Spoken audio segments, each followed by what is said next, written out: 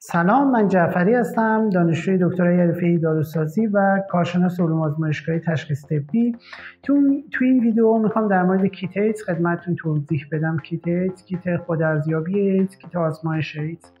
قبل از اون اصلا میخوایم ببینیم که کیت چی هستش، کیت آزمایش چی هستش. کیت آزمایش یه مجموعی از وسایل هستش که افراد میتونن تو آزمایشگاه یه آزمایش مشخصی رو انجام بدن. حالا چه آزمایشگاه تشخیص طبی باشه، چه آزمایشگاه حیوانی باشه، چه آزمایشگاه صنایع غذایی باشه یا آزمایشگاه صنعتی باشه. یه دستورالعمل داره، یه سری مواد داره، یه سری وسایل داره. طبق دستورالعمل میگه مرحله 1 این کارو میکنیم، مرحله 2 این کارو میکنیم و اون آزمایشمون رو انجام میدیم. مثلا تو آزمایشگاه کیت برای آزمایش ویتامین دی، کیت ویتامین دی داریم، باز میکنی، طبق دستورالعملش انجام میدی و در نهایت یه جواب خیلی خوب میتونی از نمونت بگیری. بعد حالا کیت ایدز چی هستش یا کیت آزمایش ایدز چی هستش؟ تو ویدیو ما منظورمون از کیت ایدز کیت خودارزیابی ایدز هستش، یعنی مجموعی از وسایل که شما خودتون میتونین آزمایش ایدز خودتون رو انجام بدین. یعنی بازش میکنید، یه دستورالعمل داره، بعد مراحلش رو طی میکنید و تا آخر میتونید جواب آزمایش رو خودتون رو، حالا چه مثبت باشین چه منفی، رو متوجه بشید. نکته مهمی که توی بحث کیت ایدز مطرح هست همیشه بحث صحت دقت و دقت کیت ایدز هستش که حالا من در ادامه خدمتتون توضیح میدم. دقتش، اول من میام از دید WHO به این کیت ها نگاه میکنم، بعد به بررسی 2 تا مقاله میپردازم، بعدش هم عکس کیت بیماران مثبتی که با این کیت ها مثبت شدن حالا داخل ویدیو خدمتتون میذارم. WHO سازمان بهداشت جهانی میاد یه سری پروتکل های جهانی برای همه کشورها برای درمان و تشخیص و مدیریت بیماری های مختلف ارائه میده.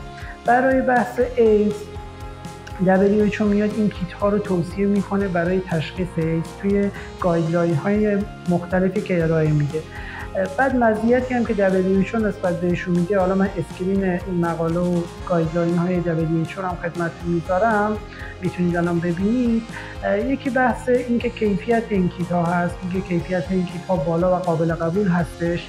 بحث سرعت آماده شدن جواب آزمایش هستش، یعنی که 10-20 دقیقه جواب آزمایش مریض، حالا چه مالاریا باشه، چه ایدز باشه، چه هپاتیت باشه، هرچی، چه کرونا باشه، مشخص میشه و کار باش راحت هست. یعنی توی کشوری که نیروهای متخصص آزمایشگاهی نداشته باشه راحت میتونن از این کیت ها استفاده کنن و آزمایش ها رو انجام بدن.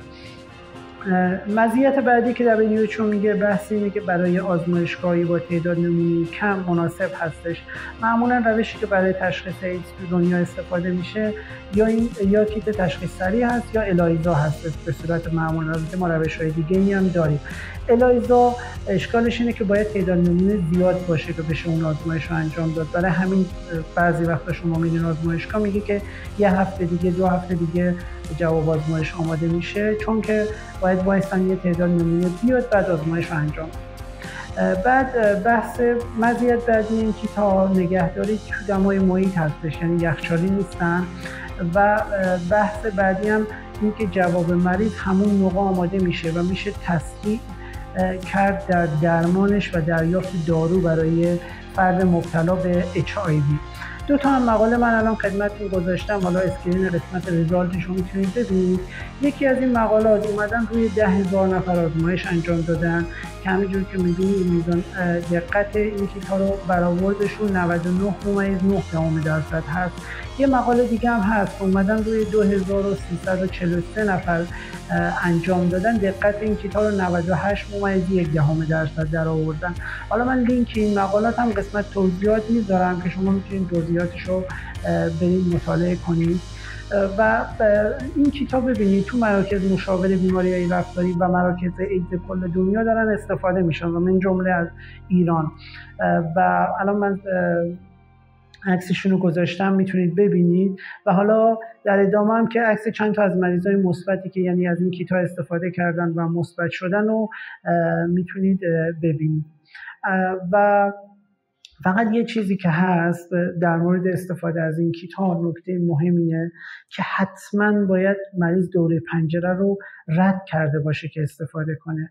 یعنی چی؟ دوره پنجره میشه اون دوره‌ای که ویروس داخل بدن ما هست و ما نمیتونیم تشخیصش بدیم و با توجه به تکنیک آزمایش و حتی شخص میتونه متفاوت باشه. دوره پنجره برای این کیت ها، چیزی که CDC اعلام کرده، مرکز کنترل و پیشگیری بیماری‌های آمریکا، اپتیموم تایمش 45 روز هستش. برای همین ما به بیمارا میگیم حداقل برای این کیت ها باید 45 روز گذشته باشه. بر فرض اگه 10 روز از اون رابطه یا اتفاق مشکوک گذشته، از این کیت ها نمیتونید استفاده کنید. ولی اگه دوره پنجره رد شده باشه، یعنی اون 45 روز و حالا تایم احتیاطی 3 ماه رد شده باشه، 2 سال 3 سال اینا که بیشتر باشه بهتر، و فرد منفی بشه، عملا بهش میگیم حالا طبق پروتکل ها و گایدلاین WHO منفی و میتونه به زندگیش برسه. بعد حالا همین صحبت ها رو کردم برای بحث این کیت ها. در مورد خود ایدز من خدمتتون توضیح بدم.